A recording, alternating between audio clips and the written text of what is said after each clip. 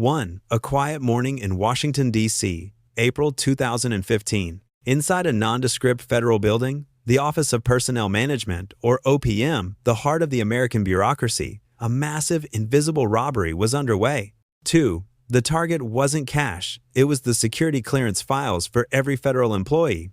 Names, social security numbers, medical histories, foreign contacts, even fingerprints. Millions of them. 3. An IT engineer saw the anomaly. An ocean of government data, files, silently flying out of the system. The alarms finally went off, but it was already too late. The hackers were gone. 4. When the dust settled, the number was announced. 22.1 million records stolen. That's roughly the population of Florida, entirely compromised. 5. Every American who had applied for government clearance since the year 2000 had their most intimate secrets looted. It was one of the worst breaches in American history. 6. Investigators quietly pointed the finger east toward hackers believed to be working for the Chinese government. The goal wasn't profit, but espionage. 7. If you know a U.S. official's deepest secrets or vulnerabilities, you have a weapon far more potent than any missile. The OPM hack stunned the world. 8. It showed that an adversary could strike deep into America's heartland without ever setting foot on U.S. soil. The Digital Sleuth channel is dedicated to exploring this new landscape. 9. We're not just talking about petty cybercrime documentary material. We're talking about a Cold War fought entirely in the code. How did they do it so quietly? And what does this silent sabotage mean for your everyday life? 10. The OPM breach wasn't the beginning. It was merely an escalation. While the U.S. was reeling, it was revealed that American cyber agents had been busy with secret missions of their own. 11. Across the Pacific in Shenzhen, China, stands the headquarters of Huawei Technologies. For years, Washington viewed the telecom giant with deep suspicion. Was it helping Beijing spy? 12. In an ironic twist, whistleblower Edward Snowden's leaks revealed that the NSA had already hacked Huawei first. This was Operation, codenamed Shotgiant. 13. The U.S. National Security Agency infiltrated Huawei's servers, not just to listen in, but to prepare for war. The NSA wanted to exploit Huawei's products, which connect a third of the world, to conduct surveillance. 14. They even planned to launch offensive cyber operations through those global telecom networks. They were essentially turning Huawei's global footprint into a potential beachhead for American forces. 15. This is the true reality of the hacker war. A silent, mutually assured suspicion. Every piece of hardware, every line of software, is feared to be the other side's covert agent. 16. But the most terrifying evolution of this conflict isn't about stealing secrets. It's about quietly wiring explosives into the systems we depend on to survive. 17. Imagine waking up to find the power out, trains halted, and water taps running dry. This is the nightmare scenario, and it's not just imagination anymore. 18. In 2021, U.S. investigators discovered a Chinese state-sponsored group nicknamed Vault Typhoon had pierced deep into American critical infrastructure. They didn't cause chaos yet. 19. They just stayed, quietly watching, mapping everything. FBI Director Christopher Wray put it bluntly, they are like digital dynamite waiting for a spark. This campaign specifically targeted natural gas pipeline operators and other public utilities. The intent, to deter America from intervening in a potential conflict specifically over Taiwan. 21. The unspoken threat is clear. If tensions boil over, an orchestrated wave of cyber sabotage could hit U.S. cities, causing panic and paralysis on the home front. 22. This type of attack is the ultimate cybercrime documentary episode, but it uses the same mechanics that everyday scammers use, just scaled up. Phishing and exploiting vulnerabilities. 23. To understand the scale of the financial threat, look at the mechanics of financial fraud. The famous 2016 Bangladesh Bank Heist, widely attributed to the North Korean Lazarus Group, saw hackers steal $81 million. 24.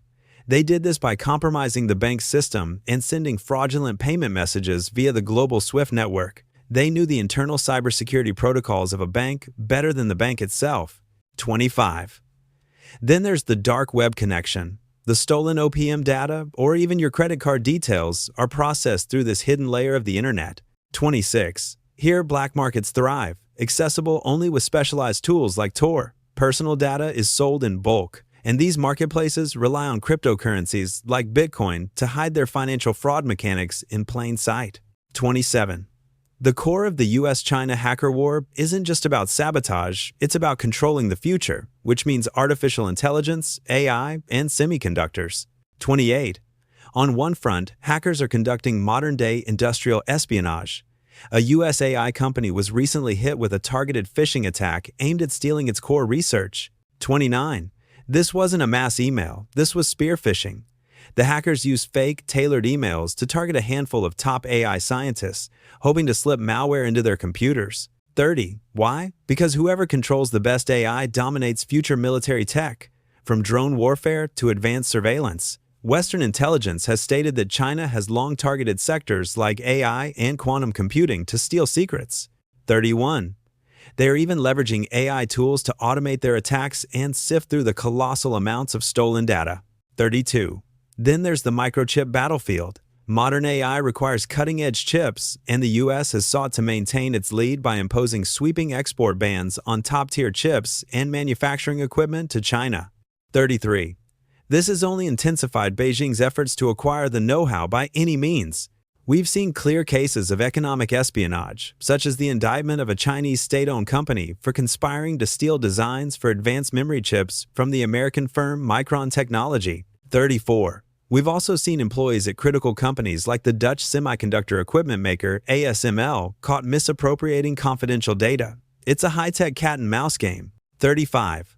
All of this revolves around Taiwan, which produces over 90% of the world's most advanced chips. Taiwan is truly the Silicon Shield, and the fight for its autonomy is now inextricable from the fight for technological supremacy. Every day, Taiwan is bombarded with over 2 million cyber attacks. It's non-stop. Phishing emails, system hacks, denial of service attacks on government websites.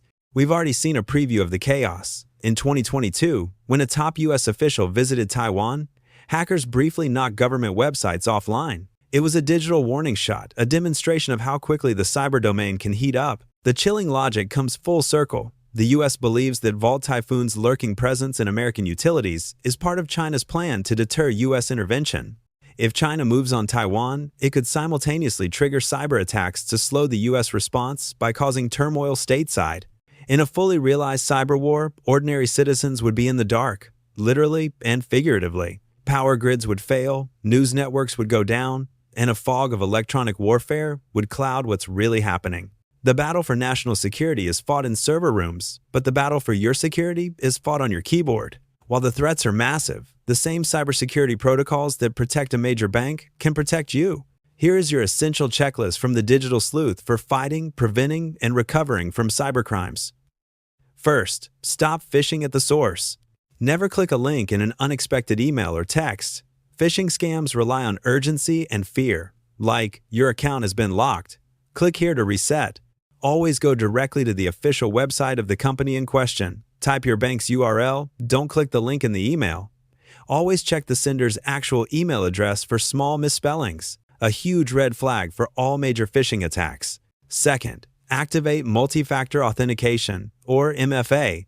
This is your single best defense. Even if a hacker steals your password, they can't log in without the code generated on your phone. Turn it on for every service you use, bank, email, and social media. Third, the password vault.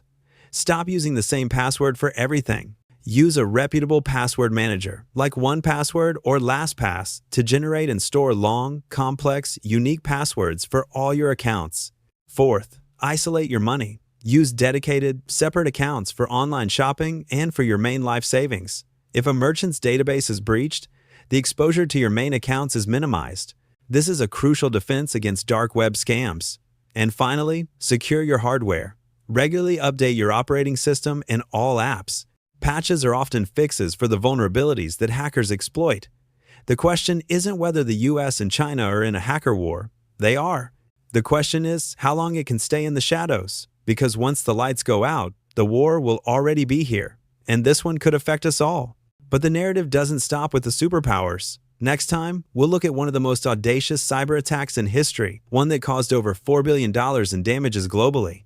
It was pulled off by a nation often called the Hermit Kingdom. If you found this deep dive into the digital shadow war insightful, hit that like button, subscribe to the Digital Sleuth, and ring that notification bell so you don't miss our next cybercrime documentary. Stay safe out there. Stay vigilant.